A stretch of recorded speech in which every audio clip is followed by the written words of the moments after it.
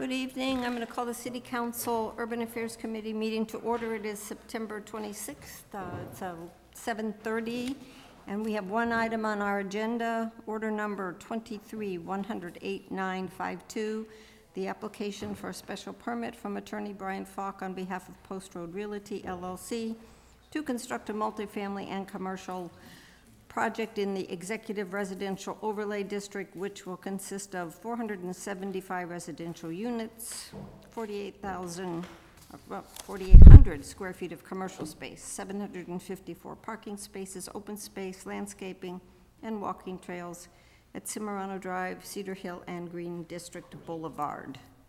I believe we have Mr. Montelli, Attorney Falk, and you have a whole lot of other people that you can identify for us as they, and I believe Attorney Falk has again sent a blue-lined version that includes comments from the department heads, which somewhere I have a copy of what they had said and can read that information. Do you have comments that you would like to make, Attorney Falk? Yes, thank you, Madam Chair. Just a few. For the record, Brian Falk, Myrick O'Connell, 100 Front Street in Worcester, here on behalf of the applicant. With me from Post Road is Andy Montelli and John McFadden. We had a public hearing September 18th. Other than counselors, no one else came out and spoke on the application. I just wanted to go over just a few items of clarification or questions that came up at the hearing before we talk about the draft decision. First, we had some questions about the fiscal impact of the project. So phase one tax year for FY24 should be generating $793,000 in taxes. When phase two is complete, the two would combine to be the city's third largest taxpayer at $1.6 million per year, just behind Avalon at $1.66 and TJX at $1.61. When phase 3 and 4 are complete, this special permit goes through, we would be the largest taxpayer in the city at $3.2 million, which would be close to double the next highest taxpayer. From those taxes, our use of city services is quite small. Right now, phase one has 7 school-aged children, 2 of whom relocated from elsewhere in Marlborough. So with an average of $17,000 per student expenditure, about $120,000 from phase one, from that $793,000 in taxes. We have minimal use of police and fire services. We discussed our fire and police calls with those departments earlier this year when we were discussing the zoning amendment, and both reported that we have very few calls. So conservatively, we would clear over $500,000 per year from phase one. Same for phase two. And assuming all those trends are the same, the 4 phases together would be the city's largest taxpayer, and the city would be netting approximately $2 million from the project overall. Can I say something? Please, Andy. Andy Montelli from Post Road Residential, and in addition to real estate taxes, this differs state to state. There's an excise tax on cars in the city, and we estimate that the first 2 phases, the excise tax, in addition to the $1.6 million of real estate taxes, will be about $268,000. So the total benefit to the city is about $1,868,000, $1,870,000, and then if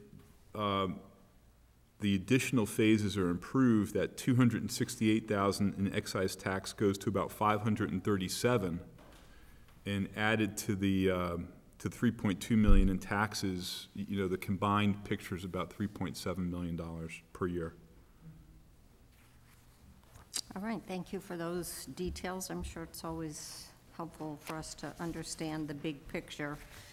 I am going to just quickly read the comments that we did receive from the managers, just into the record, from David Georgie, Marlborough Police Department, with respect to traffic volume and the addition of phase 3 and phase 4 of the Green District.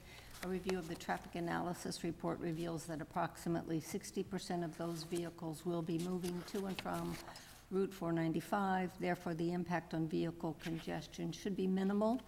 Outside of this issue, the other concern for the police department, as with other large-scale residential projects, is the potential for an increase in calls for service that comes from adding more residential units. From Tom DePercio. Good morning. I have the following comments on the draft special permit. The application is proposing a significant relocation of Green District Boulevard through the Phase 3 site. This will necessitate the relocation of utility lines and the existing stormwater management facilities for Phase 1 and 2. It will also necessitate substantial wetland buffer zone impacts. This extent of this relocation warrants further consideration. I recommend a condition that the applicant evaluate the use of parking decks for Phase 3, as they are proposing on Phase 4 in order to reduce the overall parking footprint so that the entire site can be moved to the southeast away from the wetlands. The following should be added to Condition 6, crosswalk installation. The crosswalk work shall include proper wheelchair ramps and pedestrian signals which are integrated into the existing traffic signal equipment. I request an additional condition that the applicant shall incorporate an easement of existing drainage issues along the property line between Phase 4 and Cedar Hill Street into their overall site stormwater management design. Finally, the applicant should share up-to-date parking data from the Phase 1 site, number of units currently occupied versus average number of parking spaces being utilized per day. This could be helpful information for the council and also to be used during the future review of Phase 3 and 4 site designs. And from Kevin Breen, the fire chief, good afternoon. Thank you for providing an opportunity to share comments for this project. We at Marlborough Fire Department have seen conceptual designs. I recall the developer has made some minor modifications, changes to the roadway, and we have to confirm truck movements and allay concerns about emergency access to both Phase 3 and 4 and A and B. There are issues we can review, monitor as we proceed. So we do have the revised special permit, and Attorney Falk, as we go through this, you can just confirm if you have added comments from, I guess really just from Mr. DePercio, and if not, why not, so we can have a discussion. Yep. Does anybody Madam Chair, have? I did distribute hard copies of the blue line that I put together, so everyone should have those at their desks. Okay, sorry, I thought you were going to say you did not, but it's like, all right, everybody should have a copy. Does anybody have any questions before we just get into the actual document? Questions, comments? Councilor Doucette. More comments than questions. Thank you, Madam Chair. I think Phase 1 came out outstanding. Thank you. It's interesting that one of the associates I work with at Home Depot is now living there, and literally blew him away, you know. So you guys did an amazing job. I'm looking forward to see how you progress on this.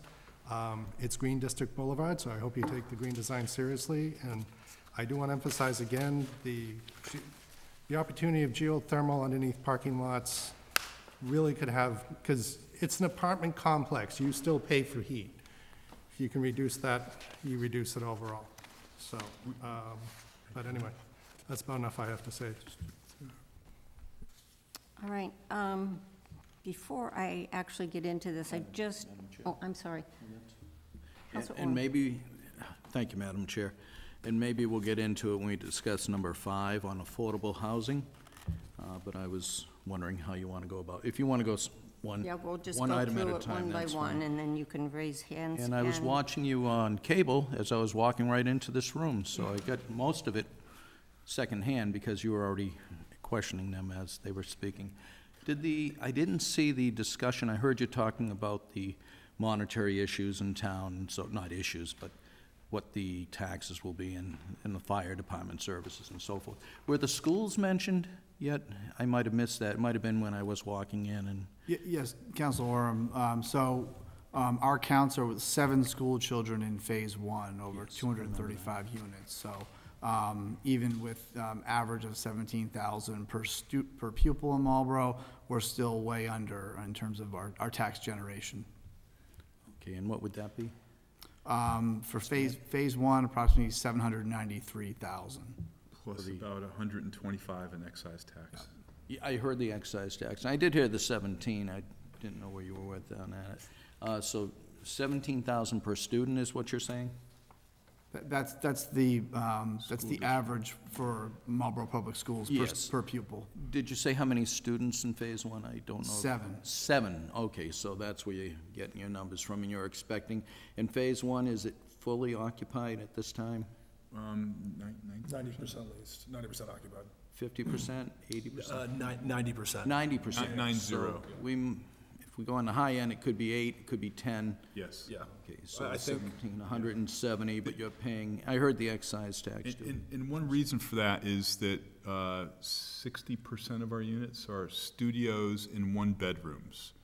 And there just aren't. 70%? 60%. 60%, I'm yeah. sorry, Yeah, that's okay, yeah. I'm sorry. I'll speak up. Thank you. One bedroom with studios on 60%. Thank you. Counselor Doucette, did I see your hand back up again? Yes, I did. I was actually going to ask about the occupancy, but I actually got another question. So 60% is studio or one bedroom. Are you going to use similar ratios in phase 2 or phase 3, or are you going to have larger units? Similar, very similar. The difference is that we've introduced some dens. The idea was that phase 1 was designed pre-COVID. Phase 2 has been designed, and our architect Steve is here. Phase 2 is designed in the heart of COVID. And one of the things that people began to do is work from home. And so about half of the units have a comfortable spot for a little bit of a home office. Okay. And if I could, just to go back to the geothermal, we absolutely agree with that idea, especially with the way fuel prices have been rising. The engineers that we hired for phase 1 and phase 2 are geothermal specialists, and that was the reason we hired them. Turns out we had a problem because phase 1 and phase 2 sit on a lot of ledge, and it was hard to. It's hard without. I understand. Yeah. Yes. Yeah. So, but we're gonna. It's tough to drill through ledge. Yeah. So we're gonna study it again for phases 3 and 4 if we get there. Right. I mean, It's a the great other idea. the other alternative is basically under parking lots in loops versus down. It's another approach. So, something else to consider. Okay. Good to know. Thank you. Yep. Okay. And Madam Chair, if I may, I just wanted to, we just give the bedroom counts real quick for the phases. They're in the plans because they're relevant to our parking analysis. So phase 3, 25 studios, 120 one-bedroom, 85 two-bedroom, and 10 three-bedroom. And phase 4, 25 studio, 115 one-bedroom, 85 two-bedroom, and 10 three-bedroom. Can you go back with, phase 3 again? Yep. 25 25 studio, 120 one-bedroom, 85 two-bedroom, and 10 three-bedroom. And that's roughly the same as what we did in phases 1 and 2, with the emphasis being on 2 studios and 1 bedroom. So the 60% ratio is about holds for 3 Okay. and 4.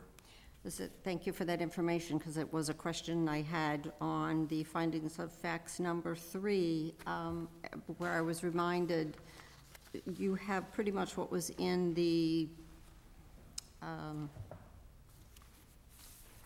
permit for phase 1 and 2, except that then we had a letter from, I believe it came from the building commissioner in April of 2022, where we agreed that a minor change allowed the change of the bedrooms, and it was stated that it was specifically because they weren't listed anywhere in the special permit, or they were referenced in site plan. So I guess the question I would ask this body, do we want to have the number of bedrooms in the special permit so that if this issue comes up again, it comes back to us, or do we not have it, and then if they decide, I guess you're probably not going to have to change, because COVID, you already know what you needed to do post-COVID with the changes that you made for 1 and 2? We haven't actually seen the site plans yet, so we don't know what the bedroom counts are. None of the documents that I received had any actual floor plans. They showed sort of building Yeah, no stuff. floor plans. That was in the site plan information that we received as a council, and we don't have, at least as far as I know, we don't have that Yeah, yet. if I may, That's- Madam Chair, the plans that we submitted with the special permit application, the site plan for the special permit application, does have the bedroom counts and the parking counts in the table, in the zoning summary table. And that'll be incorporated as part of this decision in Exhibit A, so you would have them there. So maybe, I have huge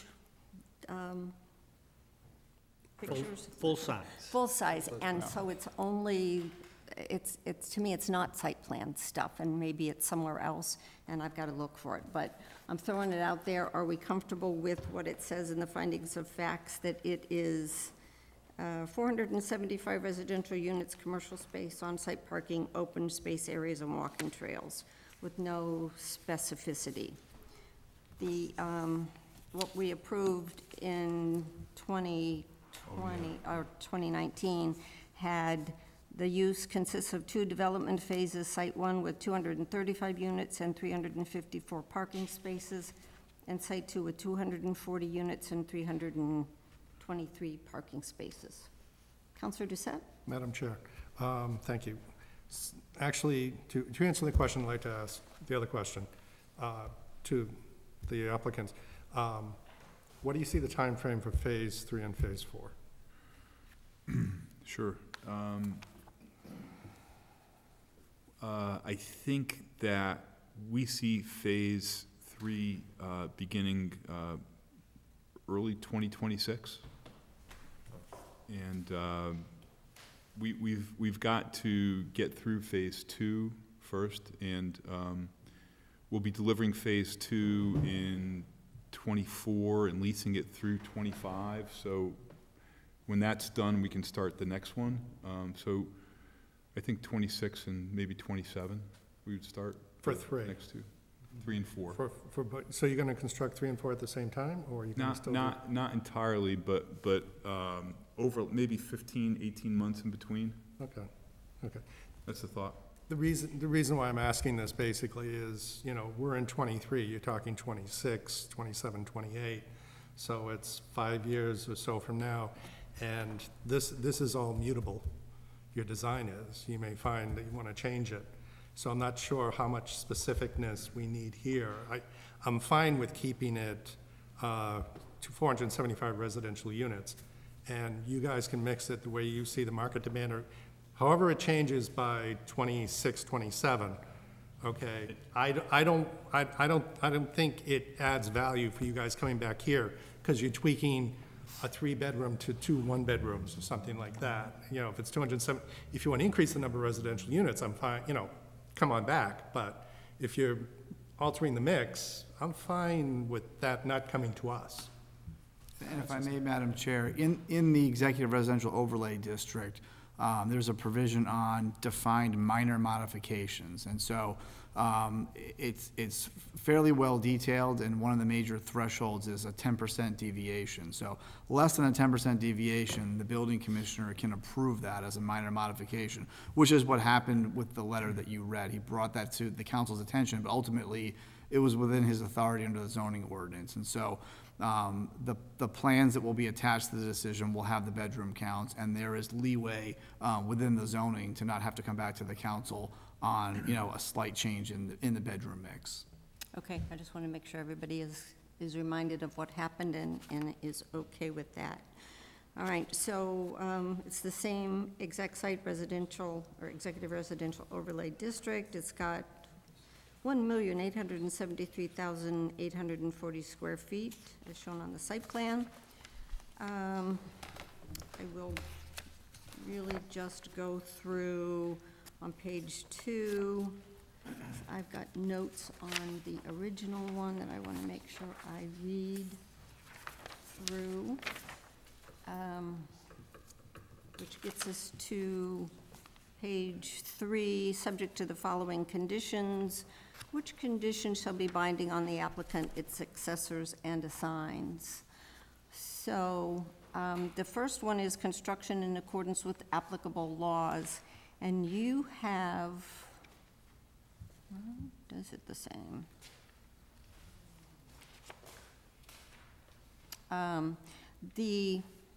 It says, shall be built according to the site plan as may be amended during site plan review.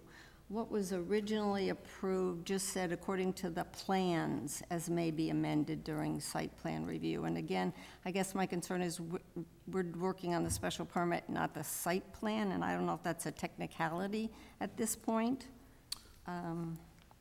So the way we drafted this decision, the term site plan is the defined term for the plans that we submitted with the application. If you remember, in 2019, we did the special permit and the site plan approval all at the same time. And so even though the council was only doing a special permit in the one document, you had a lot more information than you otherwise would have had. And so we defined the term in that decision as the plans, because it covered the site plan and a bunch of other details. So that's why there's a difference in terminology in this decision, because we'll be back, if we're successful here, back before the council next year with a site plan application. We split the two up this time around. Okay. And everybody's okay with that differentiation. All right, number 2 is site plan review, where there are a few changes made. You have a new subsequent site plan review shall be consistent with the conditions of this special permit and the site plan submitted, reviewed, and approved by the city council as a special permit granting authority. And then you also have a new, in a part of a sentence of the next one, any additional changes, alterations, modifications, or amendments as required during the process of site plan review shall be further conditions of this special permit and conditions attached to the building permit. And the new part is, and a final occupancy permit shall not be issued until the applicant has complied with all conditions, provided, however, that subsequent to the issuance of this special permit and site plan approval, the Site Plan Review Committee may authorize the phasing of site and building work depending on weather conditions and other factors. So this one has that word, final occupancy. The original one didn't have that. So everybody okay with that change too? And I would assume it's just that it's easier to talk about final than nobody really knows what a temporary occupancy is.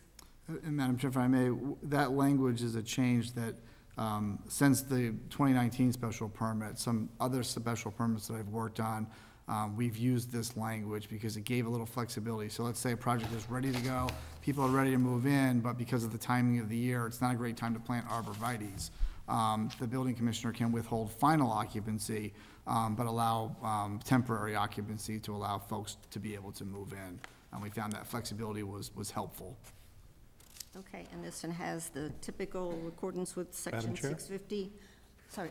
Yeah, just to go on about, just another question about the final occupancy permit.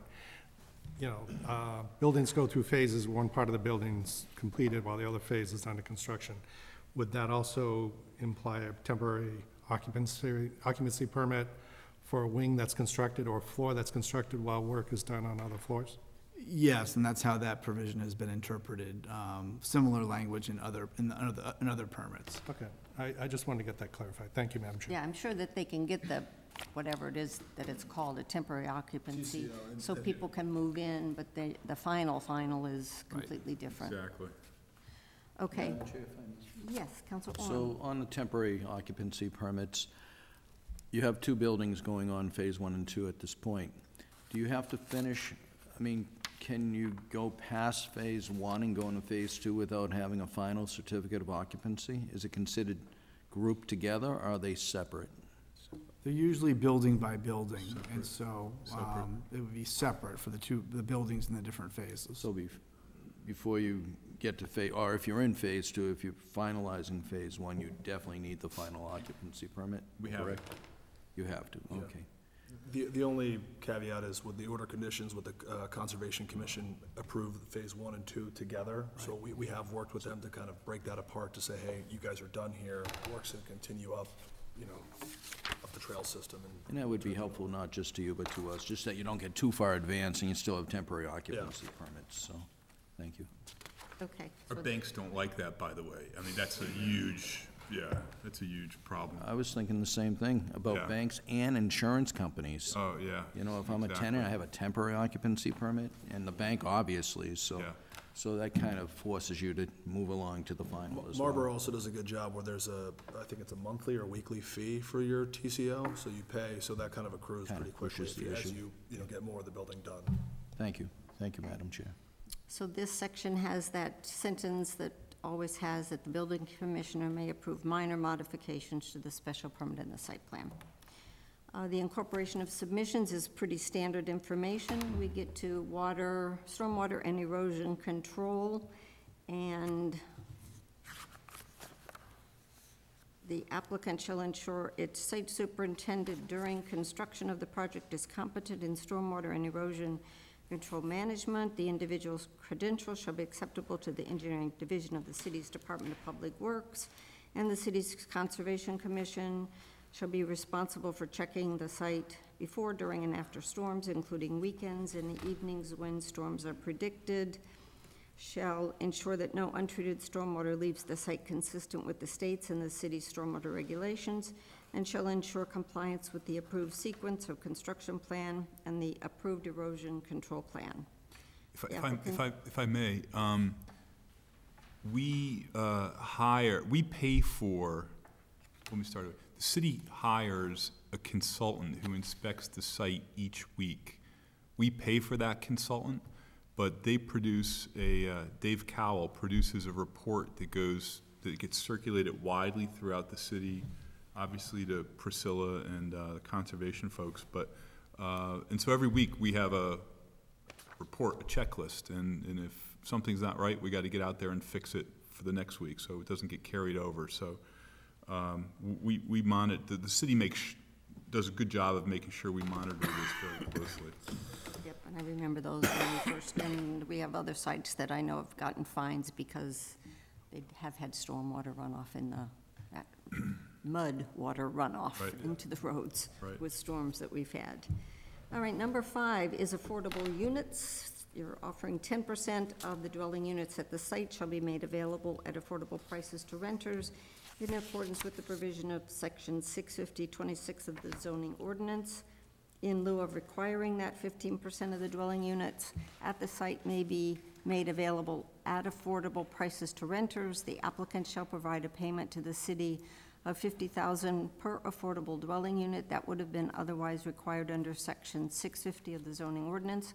For phase 3, the number of applicable units is 12 for a total payment of $600,000. For phase 4, the number of applicable units is 12 for a total payment of $600,000. The payments required by this condition shall be made prior to the issuance of a building permit for phase 3 and 4, respectfully, and shall be payable to a fund or funds designated by the city council prior to submission of each payment. I'll get to Councilor Ossing's proposed change with in phase 1 and 2, special permit, there was language that you don't have in here that went into, no, actually, I guess it was in the site plan. No, I got way too many pieces of paper. There was a lot of detail in there about the 80% of funds. Yeah, income, why don't you? Yeah, so the apartments will be rented at a restricted level based on AMI, 80% of area median income. And that's actually a process that's overseen by a separate building manager. SEB Housing, who specializes in affordable housing, works with us and the city to sign the DHCD agreement, and then oversees that kind of lottery and advertising process to lease up those units. So I believe we amended the special permit to add the LIP program into the phase 1 and 2. Are you planning on doing that sort of thing again, which is why the language is? I'm not familiar with, what's the program, I'm sorry? LIP. which now I'm Local blanking. initiative program. We did. That's how you actually sorry. got the affordable unit. So this has, whose annual income does not exceed 80% of the area median income, and then a whole lot of other language that talks about the affordable shall be included in the subsidized housing inventory. I guess it's a lot of language I would like to have back in this. And then even if we wind up, and I forgot to print out the changes that were done when we modified it to add in that LIP program. I know the mayor had sent the letter that you were using that. If that's the easier way to do it, we should just put this in here rather than coming back, so. Sure, we can certainly I can- replicate the language from the 2019 special permit. We're just trying to streamline things, but if you think that's preferable, we can certainly mirror that language, if that works better for the city. Okay. Then I guess the question to ask everybody is whether we're hoping to change the fact that developers can buy out. Do we want to let this be hopefully our last developer who can buy out? Councilor Doucette. Thank you, Madam Chair. So the affordable units is something that has become important for me to observe, because I've seen, I'm working at the local Home Depot. There are people that work there that had to move to Fitchburg because they couldn't afford to live in Marlborough, okay? And the affordable units, I think, is an important part of this, because it's important to have people being able to live in the community and work in the community, but not necessarily in the high-paying jobs that are on either Forest Street or Cimarano Drive. There's a whole bunch of other people need employees within Marlborough for not that many high-paying jobs. And the intent of affordable units is to provide them a place where not spending their money on gas to get here to actually, and they're trading off gas versus rent, I'd love to see the number go up, or if we reduce the amount so that there's more affordable units, I would love to see that. I'd like to know what the opinion is of the rest of the council on that, because I've seen what the difference can be. And I'd like to see more opportunities for the workers in Marlborough to live in the city that they work in. So. Madam Chair, Councilor Ossing. could I have the applicant kind of discuss some of the challenges with meeting the current 10%? Yes. Although affordable. I'm going to let Councilor Orm, because I believe he had his hand up. Yeah, So and if it's you a have close question. Affordable housing is a hot issue everywhere in the state, not just Marlborough, but it is here. And first question I had was, presently on Phase 1, are you seeing greater demand for affordable housing than what you can offer?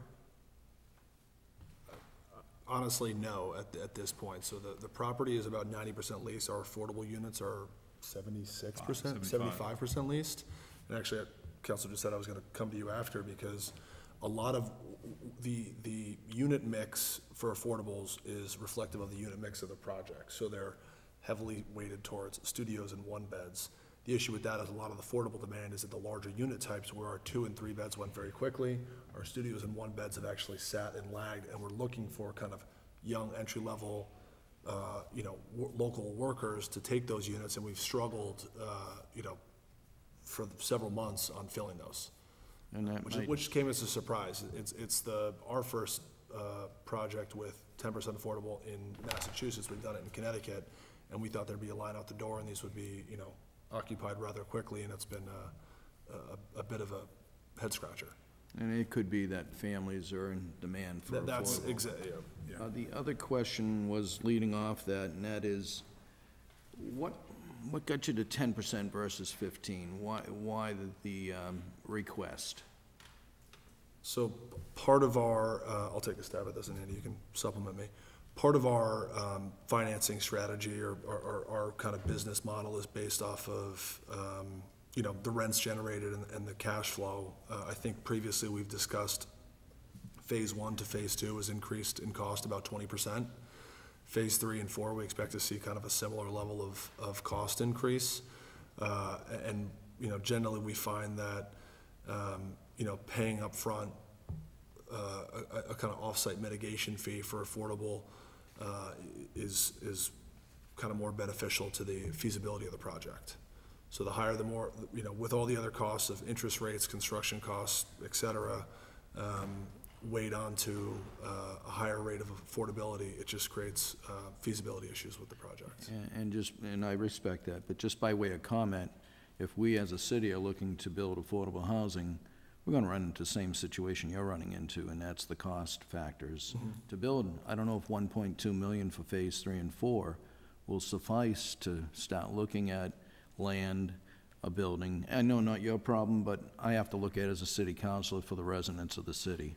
And new residents coming in, and as I said earlier, you got a great project, but I'm not yet convinced that the 10% would be the number that I would be in favor of. That's just one councilor speaking, but there's other councilors here. Thank you.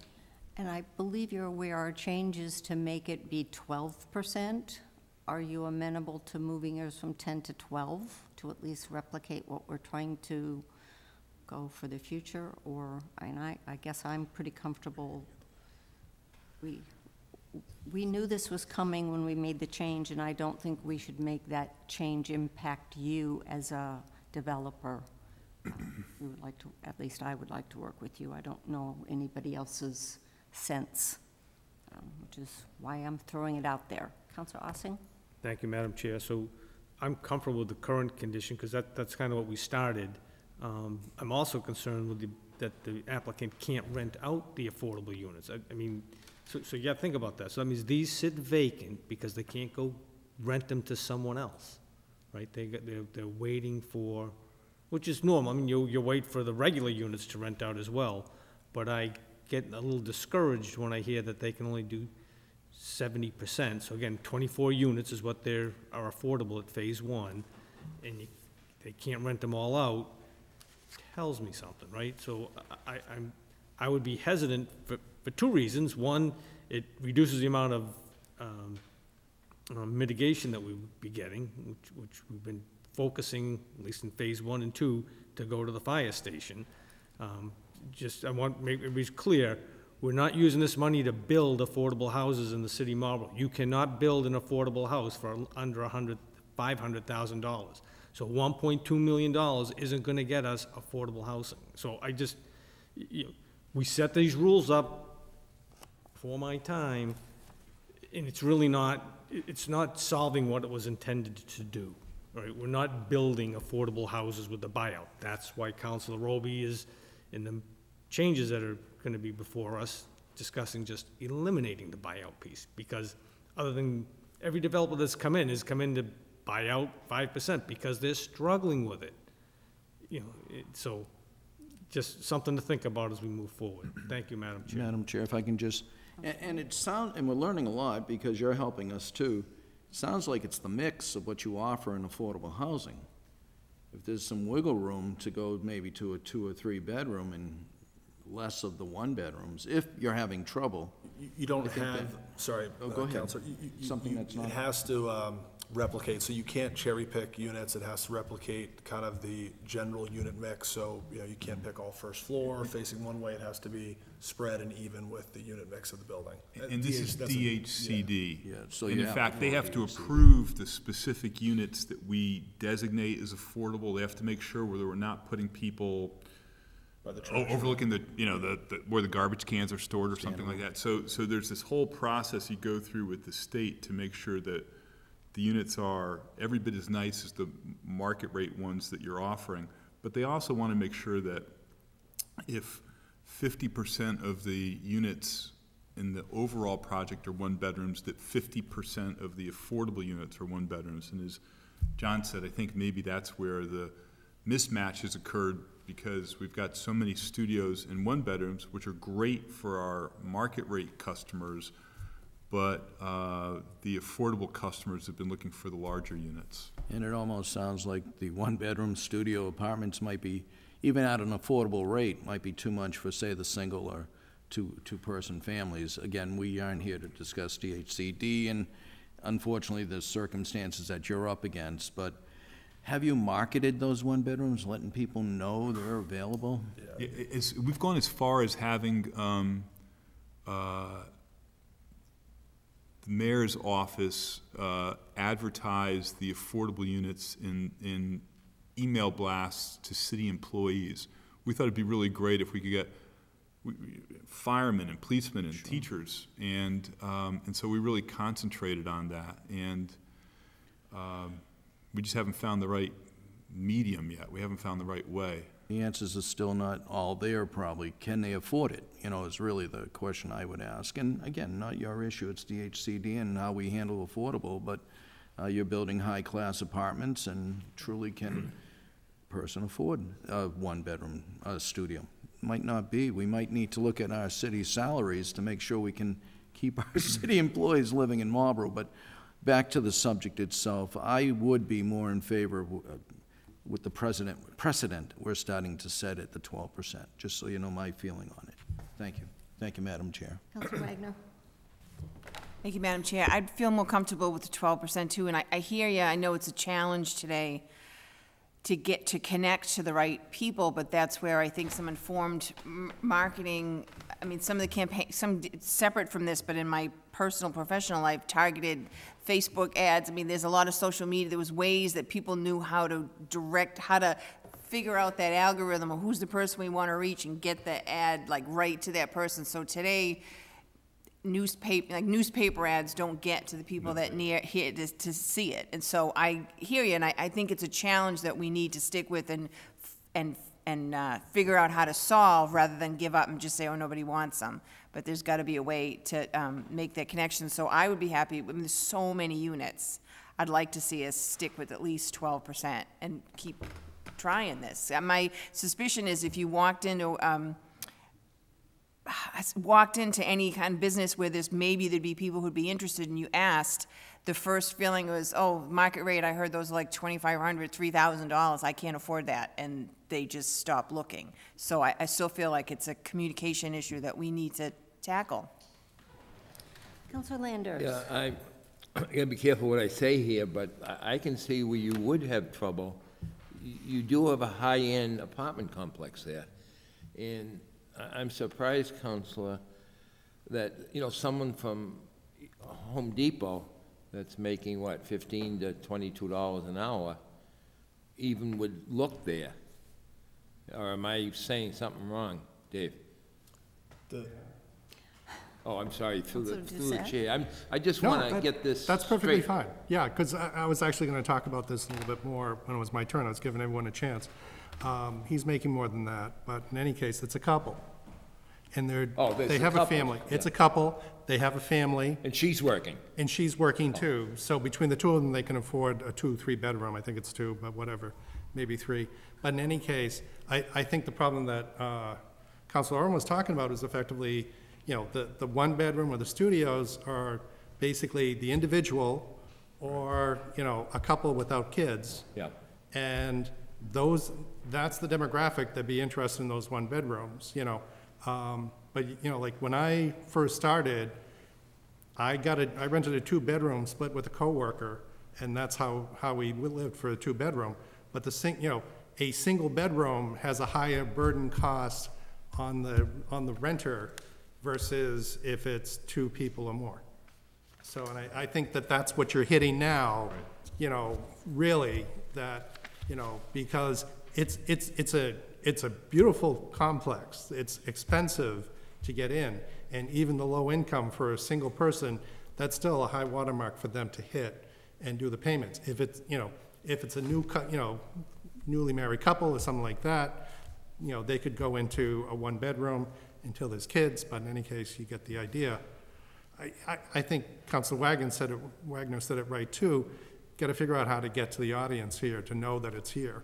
Because still, not that many people even know that this thing existed, you know. Yeah. If I can just provide a little color just to Councilor Wagner's comment, and something you just said as well. So we do have a very talented team of digital marketers, leasing professionals. We do Craigslist ads. We do print paper as well. We do Facebook. We do all sorts of SEO, search engine optimization, kind of like the ads that follow you around for market rate as well as affordable. Probably about 6 months ago, we opened up a whole second page on our website dedicated strictly to the affordable units. One of the kind of unique aspects to our current team on the property is actually our property manager lived at an affordable unit when she was just out of college and starting to work and making, you know, a kind of an entry-level salary. Her comments to me have been, there's a stigma sometimes for that single person to be like, well, I'm living in an affordable unit. People kind of have this preconceived notion, and then you get to the borough and you're kind of blown away and you're saying, wait, what is this? So she's kind of discussed that with us, that maybe some people are kind of hesitant to look for that reason. And then there's also a pretty heavy burden with paperwork. This isn't an excuse, this is more just education for everyone's understanding of income verification, you know, kind of background check, et cetera, that people go through, where a lot of warm leads we get end up dropping the process and they rent from a private landlord who doesn't have kind of the DHCD, you know, verification process we have to go through. So that's also something we've come across. And I would say, Ms. Wagner, we spend $8,000 or $9,000 a month on digital ads. We spend a lot of money on that stuff, and the people who guide it for us are very sophisticated digitally. They know how to geofence, and they know how to find these people, and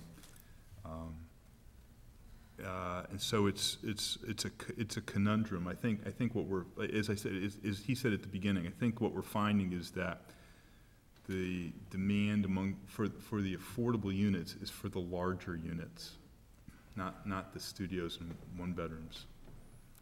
Councilor Wagner. I mean, hearing this, then, I think we have to be realistic, and what I'm hearing is the roadblock is the state regulation again. So the fact that you can't, it's got to be a mix, and you can't say, well, let's just block out a few two-bedrooms at, I mean, I hear it. It doesn't make any sense to have empty apartments because we can't make that match. And to play devil's advocate, because we asked about that as well, is like, couldn't you swing it? Well, there's nothing preventing a developer from doing the opposite and just making all the smaller units affordable to then rent the larger ones for a bigger, you know, kind of price variation. So that's why it is the way it is. And just last thing I'll say on this, but one bit of information that we've learned in the course of going through this, I developed Stonegate, and Stonegate's 25% affordable, but the regs 15 or 18 years ago when we did that were so completely different. Yeah. But one of the things that happens is when they set affordable rents, they look at this thing, as he said, called area median income. Mm-hmm. And Marlborough's area median income is whatever that dollar figure is. It's the same as Boston. Yeah. It's the Boston MSA. And so, you know, Cambridge, Boston, the affordable rents skews higher, but they also apply to Marlborough. And again, that's the state, that's not us. Right. Yeah. I mean, hearing that, so Madam Chair, I mean, this information is really important, and I appreciate all the effort that you've put into trying to solve this. I think I would be comfortable leaving it at 10% and leaving it as proposed, and that I think this is something we as a city have to go back and look at and solve partnerships. That this is not, it doesn't make sense to me to have empty apartments when we could be, I mean, the tax benefit to the city is amazing, and it's such a fabulous community. There's so many good things about this. It doesn't make sense for a regulation that creates these barriers to have good intentions but empty apartments. Madam Chair, if I can just ask a quick question on the occupancy of, what's the maximum occupancy of each unit, 3-bedroom, 2-bedroom, studio, 1-bedroom? So the affordable units do have we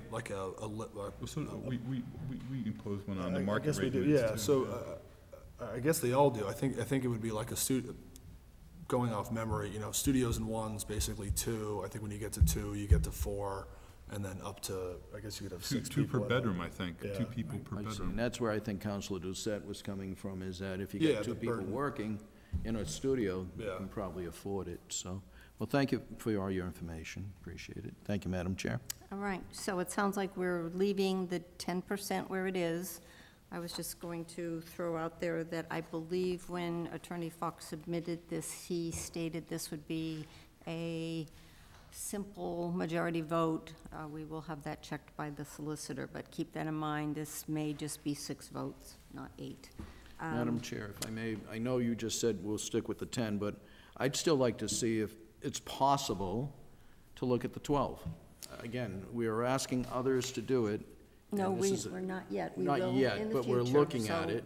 So I think believe- it sets a terrible precedent. If I was a future applicant, I'd say you were discussing one right at the same time as you were But looking I at it. think as we Thank you. discussed the changes, we made it clear that it would not impact anybody who currently had special permits before us.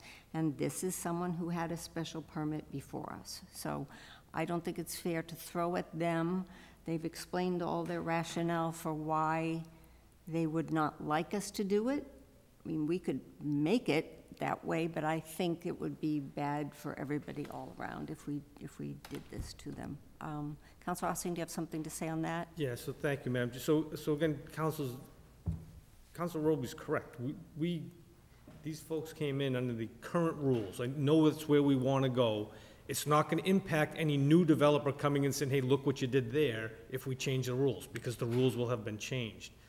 They're playing by the existing rules. And so I always find it helpful if you put in context, if you do make the change to 12%, what does it mean?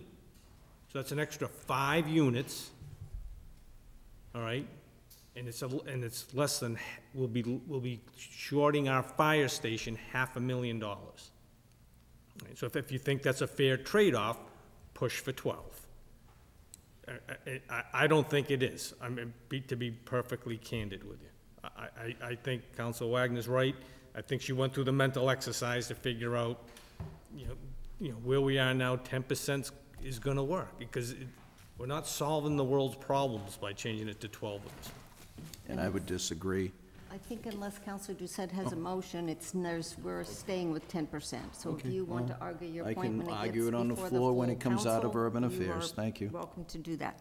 All right, I think everybody did receive the email from Councilor Ossing with his proposed changes to the last sentence of this, where it says, respectively, and shall be payable to a fund or funds designated by the city council prior to submission of each payment, where it would read, the payments required by this condition shall be made prior to the issuance of a building permit for Phase 3 and 4 respectively, and shall be deposited into the West Side Fire Station Stabilization Account, 83600-32900, which is an account we set up already. Councilor Ossing, you have comments to make on your proposal? So I don't know if all the councils received that. I know I did send it to you just to make sure. And the reason, council, is this gets us out of what we went into all last year with where money goes. In other words, the money comes in with the vague words that the council's gonna specify. We were very clear, we wanted the money to go to the fire station, all right? So this eliminates any ambiguity. Check comes in, the auditor knows exactly where to put the money. So it's not changing anything different, it's just putting that specificity into the special permit that says, this is what we intended it to do. Now, if you want to intend it to do something else, now's your time to say it, but I think we've all kind of acknowledged this was gonna be the seed money for that fire station. And just so that you know, phases 1 and 2 put in $2.8 million towards that fire station, plus $5 million that we have set aside for land already. If this goes through as written right now, we'll have almost $9+ million for a fire station. And I gotta tell these guys to build faster so we can get that money. So is I everybody don't okay control with that part that of the change for clarification purposes, make it easier going forward? All right, number 6 is the Green District Boulevard relocation, which is new language after comments from the engineer. As part of site plan review, the applicant shall provide revised plans showing a relocation of Green District Boulevard in the vicinity of Phase 3 to reduce impacts on wetland buffer zone areas. And as part of that relocation, the applicant shall evaluate the viability of parking decks in Phase 3 to further reduce impacts on wetland buffer zone areas, and shall provide an updated fire apparatus access analysis. So I guess my question would we're site plan, but it also goes to site plan review committee. And I guess before we sign off as site plan, does this give you enough time to get those plans? So this would be, when we do site plan review next year, we would submit these changes, and that would be part of site plan review. Okay, So remember, so- the council is site plan review Yes. authority here. I guess I just expected you to come back in with site plan as quickly as you did the special permit, so that's fine. Thank you. No, there's quite a bit of engineering work that needs to be done, which is why we split these up this time around. Okay, so this is new from the engineering department. Everybody's okay with that? You obviously are okay with it. You added it in there. Number 7 is crosswalk installation, and I will just throw out there, I believe you all received a document regarding the number 7 multifamily unit payments that is in the 2019 version. So I can just bring that up. That was mitigating impacts associated with the use. You are not offering mitigation, would I assume? Well, Madam Chair, as part of what we were talking about, the fiscal impacts of the project, back in 2019, we were brand new, this project was brand new, this idea of converting commercial property, commercially zoned property to residential was new to the city and concerning in terms of what would the impacts be, and so that was part of the package at the time. I think we've demonstrated that we're, positive taxpayer quite a bit. We'll be the largest taxpayer in the city. So it didn't seem as though with the affordable housing mitigation payments, which the city would be getting, that these payments were really justified given the positive fiscal impact this project has had and will have. Everybody okay with that? I know you're certainly going to get impacted with the changed increases in the sewer and water cost and that impact as you build and go forward. Yep. And I just wanted to make sure everybody was aware of that. So number 7 has been changed, crosswalk installation not later than the issuance of a final certificate of occupancy for phase 4 of the use. The applicant shall have a crosswalk installed across Cimarano Drive connecting the sidewalk along Cedar Hill Street. New, the crosswalk work shall include ADA-compliant wheelchair ramps and pedestrian signals that are integrated into the existing traffic signal equipment. All right. A new number 8, drainage assessment. As part of site plan review, the applicant shall conduct an assessment of existing drainage issues along the property line between Phase 4 and Cedar Hill Street and incorporate such assessment into the site's overall site storm water management design. I'll flip my page, make sure I'm not missing any of my notes. A new number 9, green design. The applicant shall utilize best practices to design energy-efficient buildings and shall design buildings and accessory structures to accommodate accessory solar energy facilities. The applicant shall use best efforts to provide all electric utilities contingent upon the utility company being able to commit to such service during the project's ordinary construction timeline.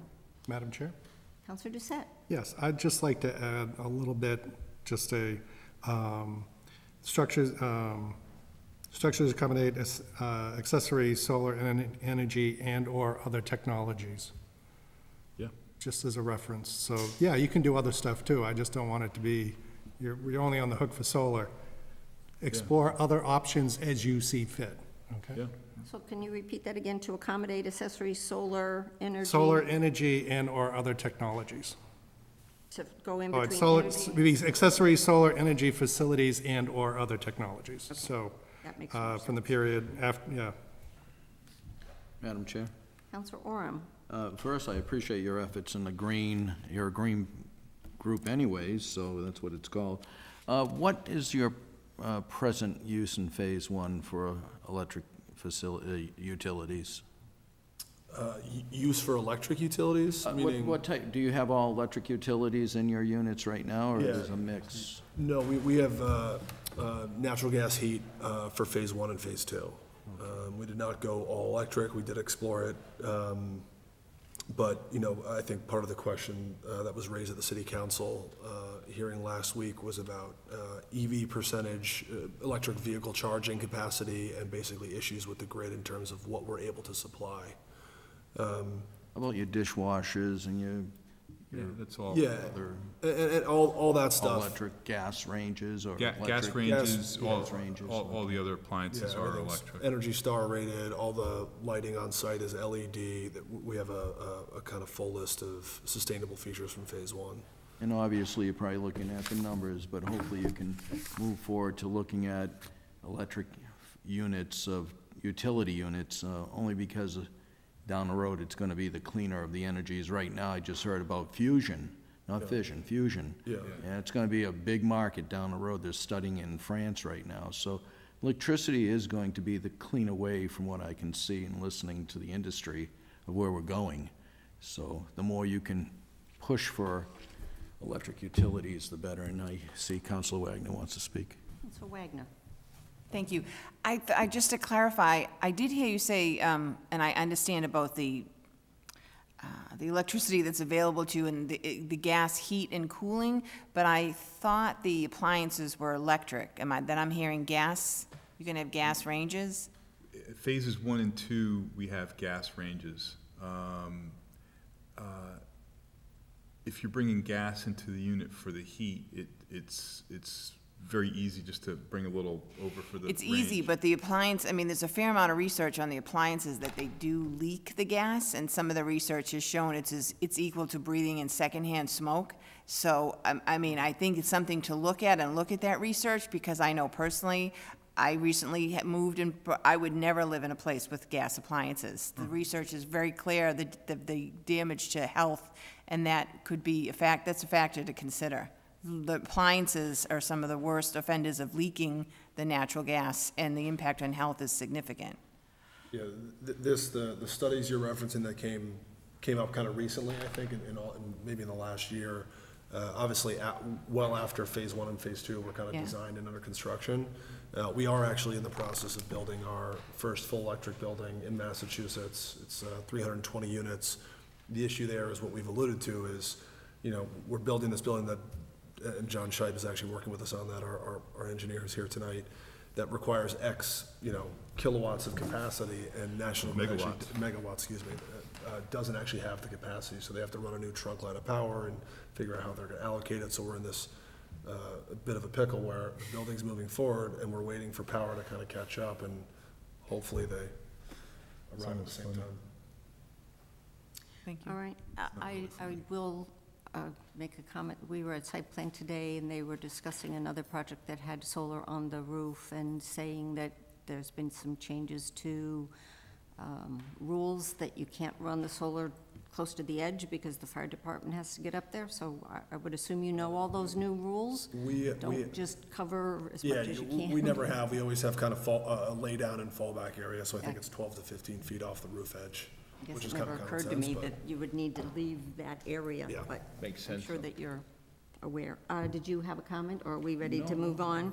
All right, we're down to 10, which is Conservation Commission approval. The applicant shall obtain and comply with an order of conditions from City's Conservation Commission, which doesn't sound like you've even started that process, so that will be future.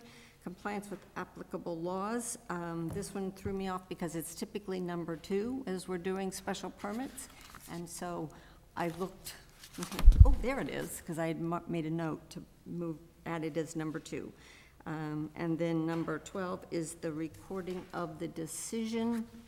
I guess the only other thing that I missed when we were going through this was back at number.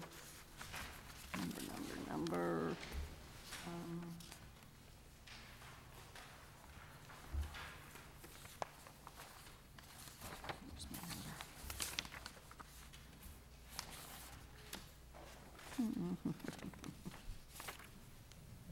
Well,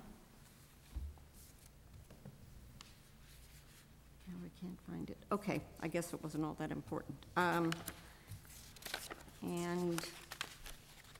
I guess this kind of gets us to the end of this revised document. Does anybody have any thing, sorry, Councilor I have one Landers. question. I'd like to go back to item 6, just to clarify my mind here.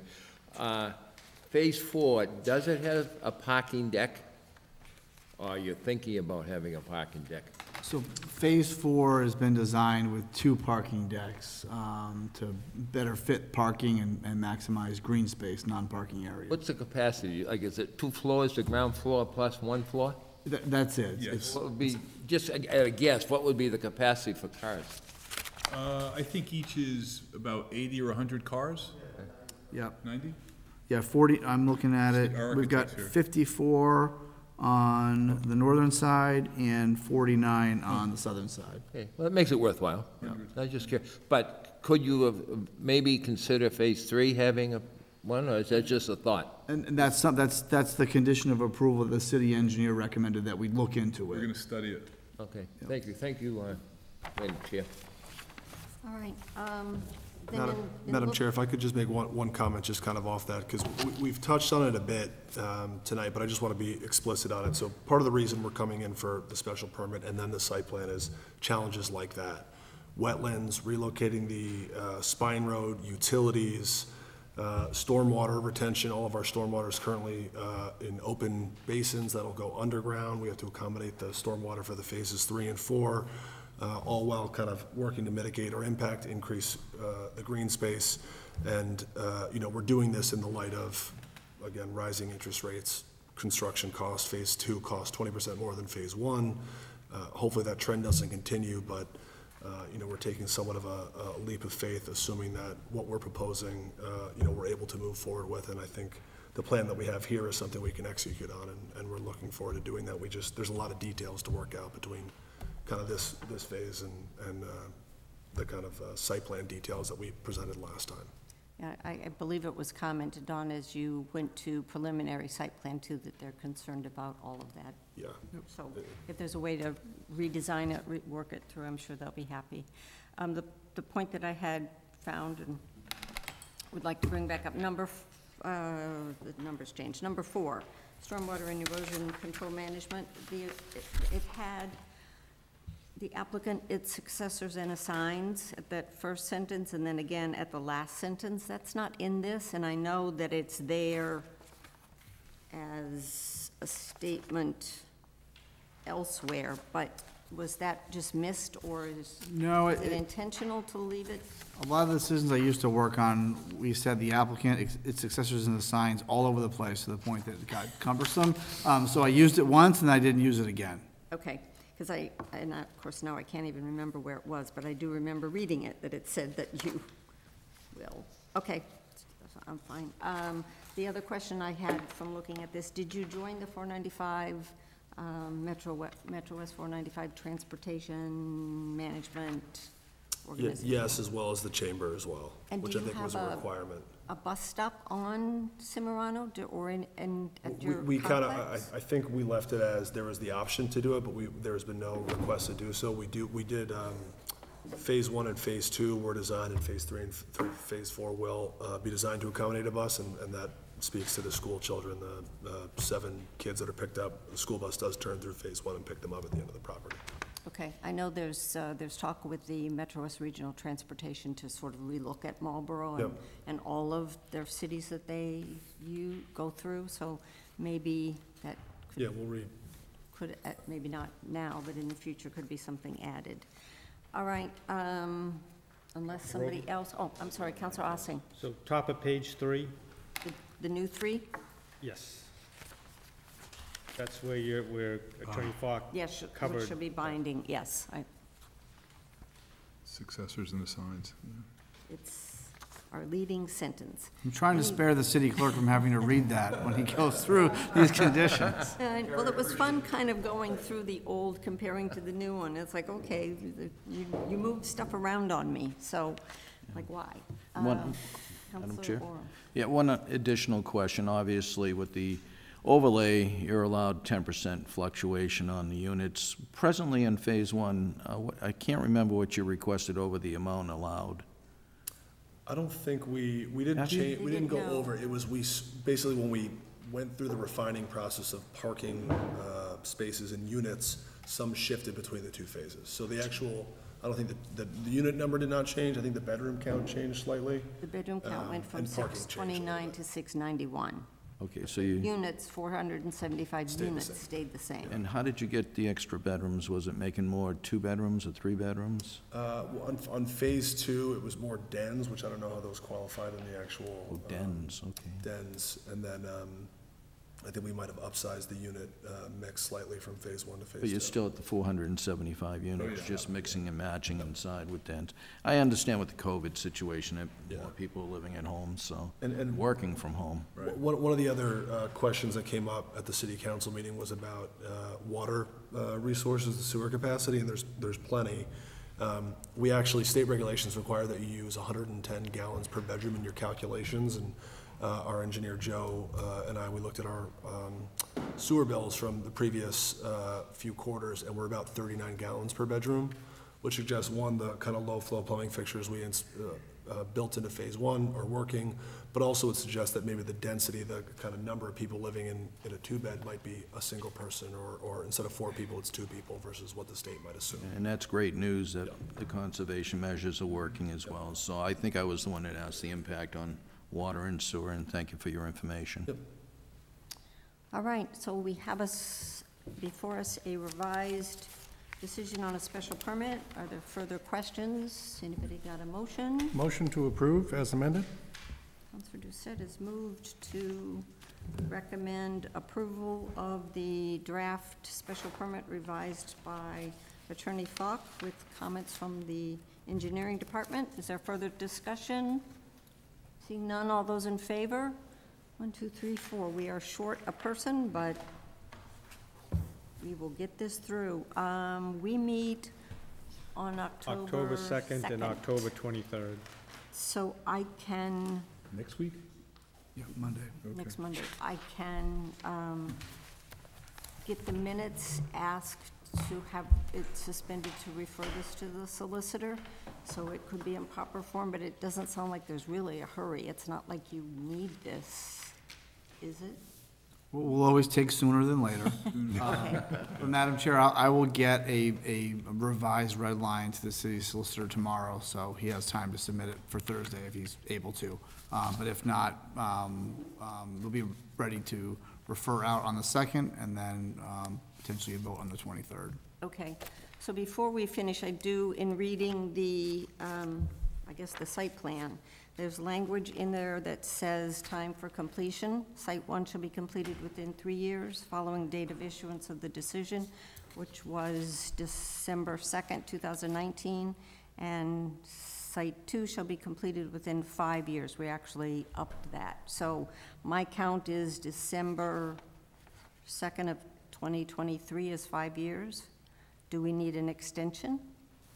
Well, that would be in the site plan approval decision later on. I don't think we need that in this. No, but this is talking about Phase 2.